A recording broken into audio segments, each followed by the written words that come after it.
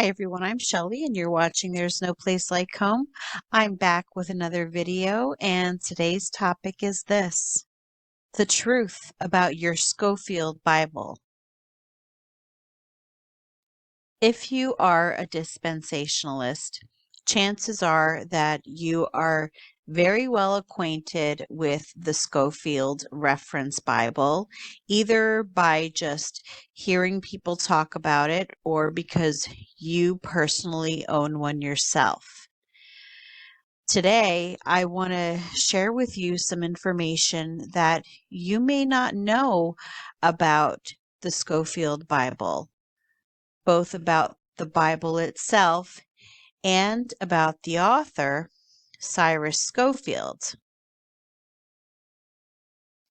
When it comes to reading and studying a reference Bible, at least in my opinion, it's very important that you know that the character of the person who wrote it is above reproach.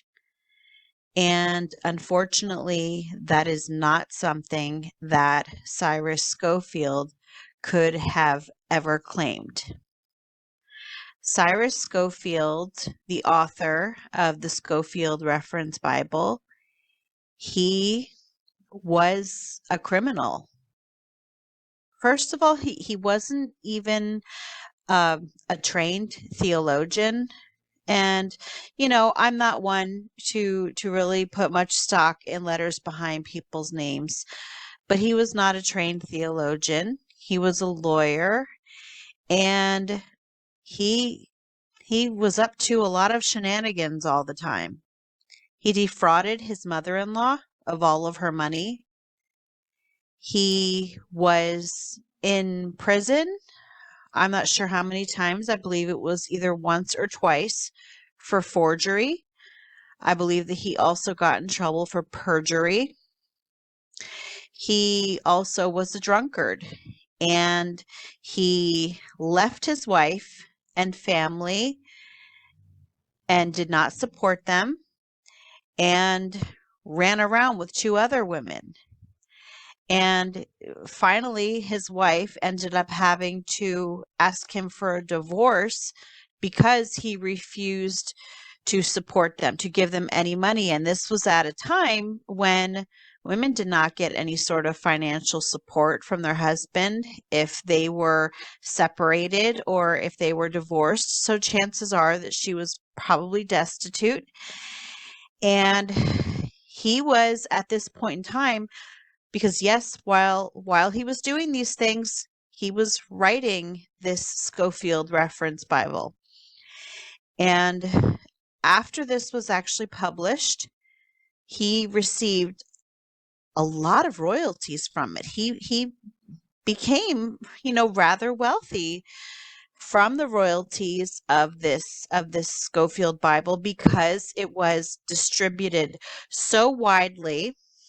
And I'm just going to add in here that the Rothschilds were behind that. They were actually behind the commissioning of the Scofield Reference Bible.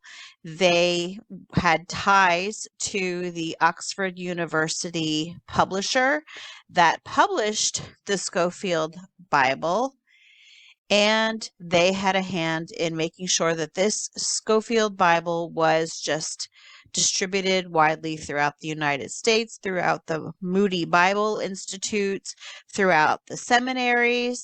So yes, he had a large sum of money from this book, and he still abandoned his wife and his daughters. And we can read a little bit about him here.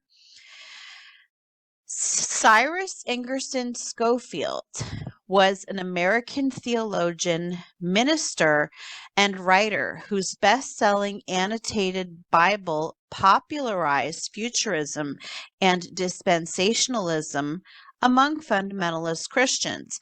I want to go back here to this picture because I want to show you that he has the letters DD behind his name, which I believe that means doctorate in divinity. Okay, so it says here that this was edited by the Reverend C.I. Scofield. So a Reverend C.I. Scofield with a doctorate in divinity. So just keep that in mind as we read a little bit about him.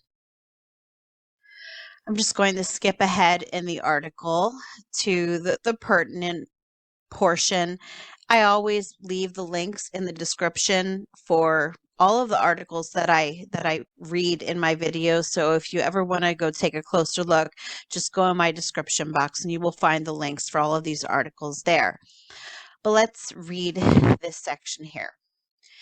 In 1866, he married Leontine Lebeau Serre, I'm probably saying that wrong, a member of a prominent French Catholic family in St. Louis.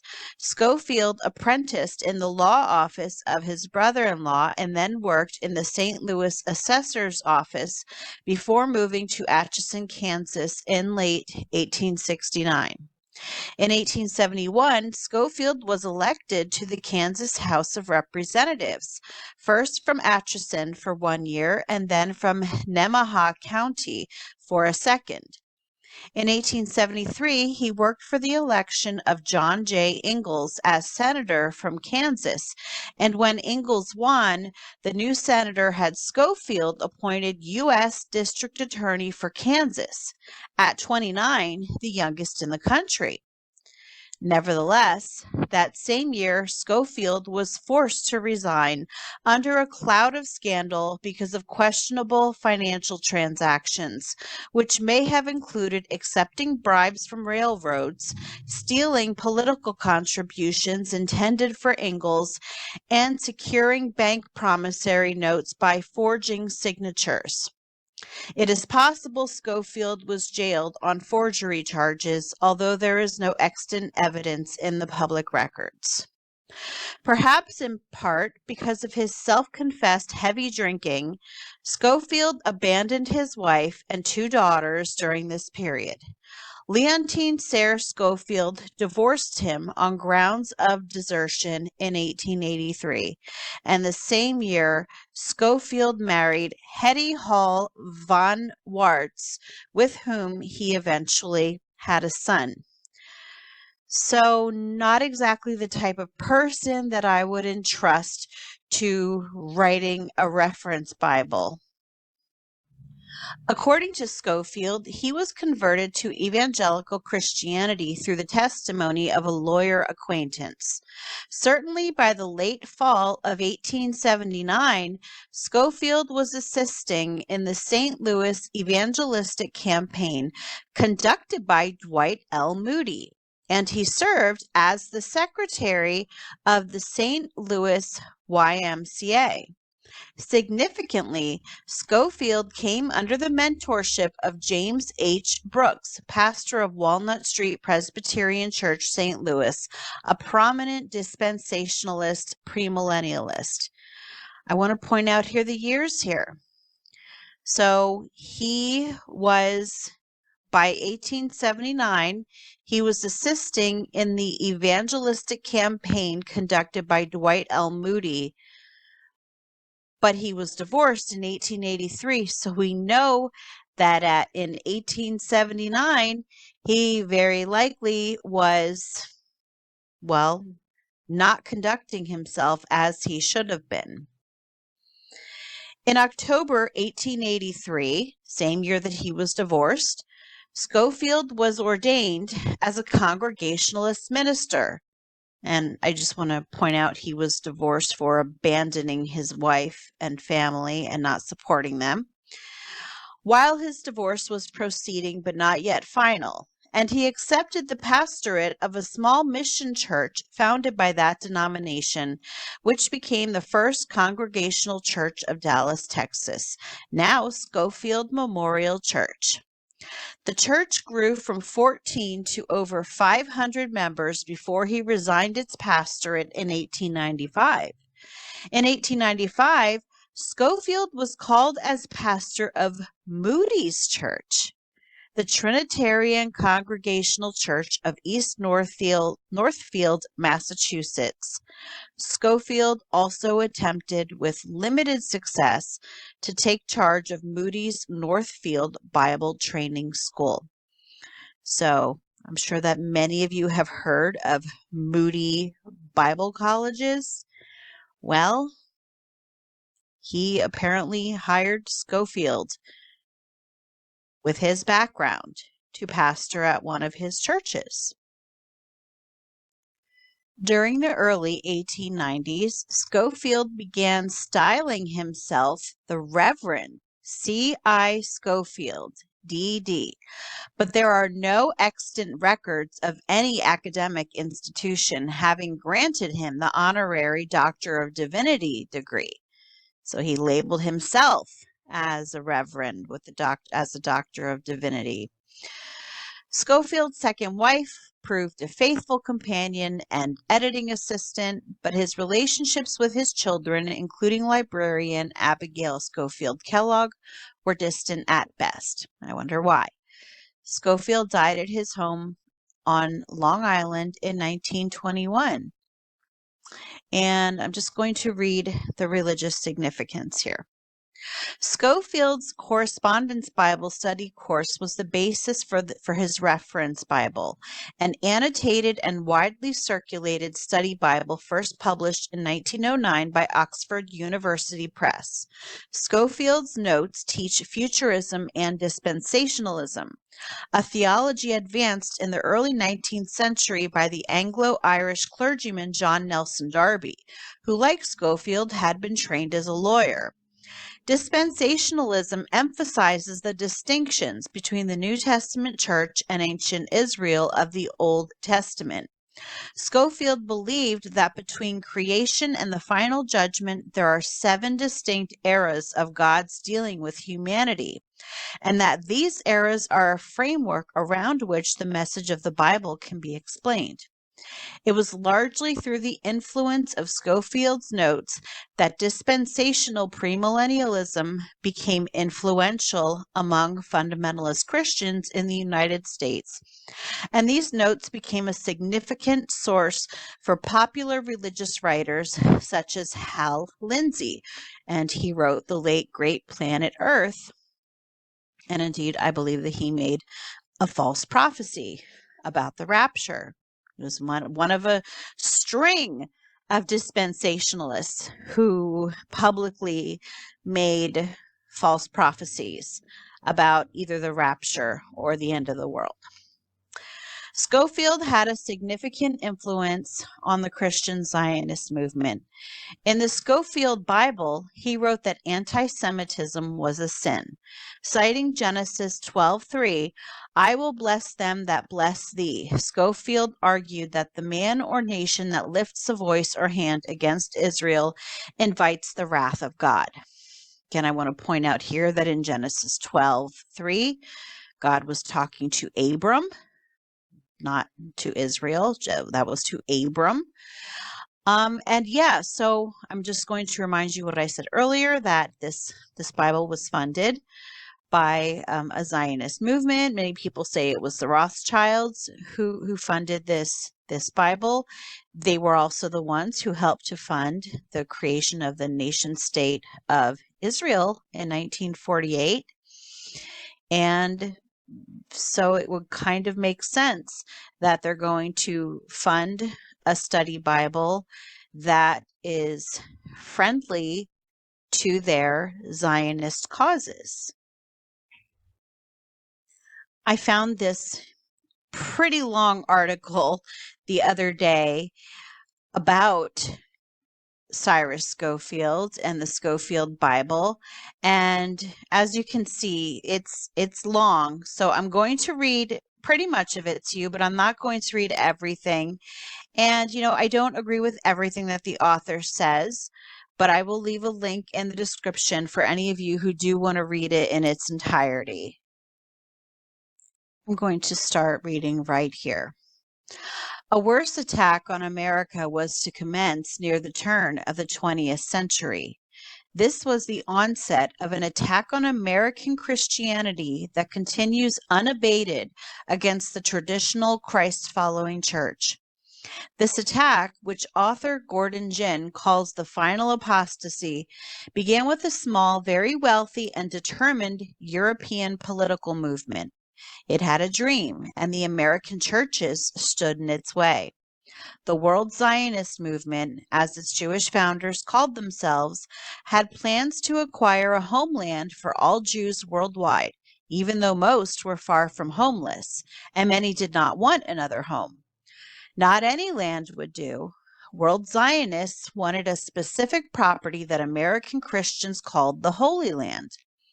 But if these Zionists read Democracy in America or any of the journals of any of America's churches, which no doubt they did, they could not help but know that Jerusalem was not theirs to have. As self-proclaimed Jews, they were, according to the Christian New Testament, the persecutors of Christ and most of his early followers and the engineers of his crucifixion. America's traditional churches in the 19th century would never stand for a Jewish occupation of Jesus' homeland. World Zionist leaders initiated a program to change America and its religious orientation. One of the tools used to accomplish this goal was an obscure and malleable Civil War veteran named Cyrus I. Scofield. A much larger tool was a venerable, world-respected European book publisher, the Oxford University Press. The scheme was to alter the Christian view of Zionism by creating and promoting a pro-Zionist subculture within Christianity. And I think that you can see from the size of dispensationalists today that it worked very, very well for them. Scofield's role was to rewrite the King James Version of the Bible by inserting Zionist-friendly notes in the margins, between verses and chapters, and on the bottoms of the pages. The Oxford University Press used Scofield, a pastor by then, as the editor, probably because it needed such a man for a front. The Revised Bible was called the Scofield Reference Bible, and with limitless advertising and promotion, it became a best-selling Bible in America and has remained so for 90 years. The Scofield Reference Bible was not to be just another translation, subverting minor passages a little at a time. No, Scofield produced a revolutionary book that radically changed the context of the King James Version. It was designed to create a subculture around a new worship icon, the modern state of Israel, a state that did not yet exist, but which was already on the drawing boards of the committed, well-funded authors of World Zionism. One thing that I want to point out, I just watched a really good video just before recording this, and it was actually about dispensationalism, and I'll put it in the description in case any of you want to watch it. I actually just shared it in my community page, and in that he made the point of saying that these study notes that Scofield put in this Bible they were very, very helpful for those who were new Christians. They would have a hard time reading the language of the King James because it was an older English. So many times they would depend solely on Scofield's notes because they were written in a more modern English, a language that they would better understand. So that is very troubling. Scofield's support came from a movement that took root around the turn of the century, supposedly motivated by disillusionment over what it considered the stagnation of the mainline American churches. Some of these reformers were later to serve on Scofield's editorial committee. Scofield imitated a chain of past heretics and rapturists, most of whose credibility fizzled over their faulty end times prophecies, like Hal Lindsey that I just mentioned earlier. His mentor was one John Nelson Darby from Scotland, who was associated with the Plymouth Brethren and who made no less than 6 evangelical trips to the U.S., selling what is today called Darbyism. It is from Darby that Scofield is thought to have learned his Christian Zionist theology, which he later planted in the footnotes of the Scofield Reference Bible. It is possible that Scofield's interest in Darbyism was shared by Oxford University Press, for Darby was known to Oxford University. I also want to point out here that John Nelson Darby, many people believe, and it seems to be true, that John Nelson Darby actually got the secret rapture ideology from a 15-year-old Scottish girl named Margaret MacDonald, who claimed that she had a vision about it. So that is actually where the secret rapture comes from. The Oxford University Press owned the Scofield Reference Bible from the beginning, as indicated by its copyright, and Scofield stated he received handsome royalties from Oxford. Oxford's advertisers and promoters succeeded in making Scofield's Bible, with its Christian Zionist footnotes, a standard for interpreting Scripture in Judeo-Christian churches, seminaries, and Bible study groups. Even today, this Scofield Reference Bible, if it is not specifically used in the seminaries, it is already permeating all of their resources. This is through so many evangelical Christian seminaries. That is why it's everywhere. It has been published in at least 4 editions since its introduction in 1908 and remains one of the largest selling Bibles ever. Scofield's notes weave parts of the Old and New Testaments together as though all were written at the same time by the same people. This is a favorite device of modern dispensationalists who essentially weigh all Scripture against the unspoken and preposterous theory that the older it is, the more authoritative. In many cases, the Oxford references proved to be puzzling rabbit trails, leading nowhere, simply diversions. Scofield's borrowed ideas were later popularized under the labels and definitions that have evolved into common usage today: premillennialism, dispensationalism, Judeo-Christianity, and most recently, the highly political movement openly called Christian Zionism. Thanks to the work of a few dedicated researchers, much of the questionable personal history of Cyrus I. Scofield is available. It reveals he was not a Bible scholar as one might expect, but a political animal with the charm and talent for self-promotion of a Bill Clinton. Scofield's background reveals a criminal history, a deserted wife, a wrecked family, and a penchant for self-serving lies. He was exactly the sort of man the world Zionists might hire to bend Christian thought, a controllable man and one capable of carrying the secret to his grave. There is little reason to believe that Scofield knew or cared much about the Zionist movement, but at some point he became involved in a close and secret relationship with Samuel Untermeyer, a New York lawyer whose firm still exists today and one of the wealthiest and most powerful world Zionists in America. Untermeyer controlled the unbreakable thread that connected him with Scofield. They shared a password and a common watering hole, and it appears that Untermeyer may have been the one who provided the money that Scofield himself lacked. Scofield's success as an international Bible editor without portfolio and his lavish living in Europe could only have been accomplished with financial aid and international influence. The most convincing evidence of the unseen Zionist hand that wrote the Scofield notes to the Venerable King James Bible is the content of the notes themselves, for only Zionists could have written them. These notes are the subject of this paper. Oxford edited the former 1945 edition of the Scofield Reference Bible in 1967 at the time of the Six-Day War, when Israel occupied Palestine. The new footnotes to the King James Bible presumptuously granted the rights to the Palestinians' land to the State of Israel, and specifically denied the Arab Palestinians any such rights at all.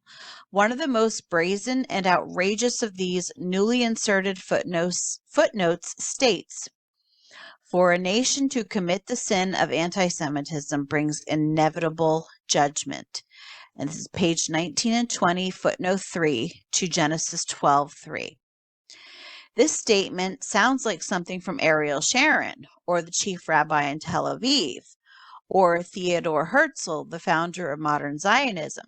But these exact words are found between the covers of the 1967 edition of the Oxford Bible that is followed by millions of American churchgoers and students and is used by their leaders as a source for their preaching and teaching. And it gives many other examples here. I'm not going to keep reading because I'm just fully expecting that YouTube is going to censor this video. But you can read through the rest of this article yourself. It gives all of the, well, not all of them, it gives many of the footnotes that have been added that are extremely troubling and extremely unbiblical. But unfortunately, this is something that dispensationalist churches completely embrace, and it's almost as if they consider the study notes of the Scofield Reference Bible to be just as inspired as the Bible itself. And you and I know that is not the case.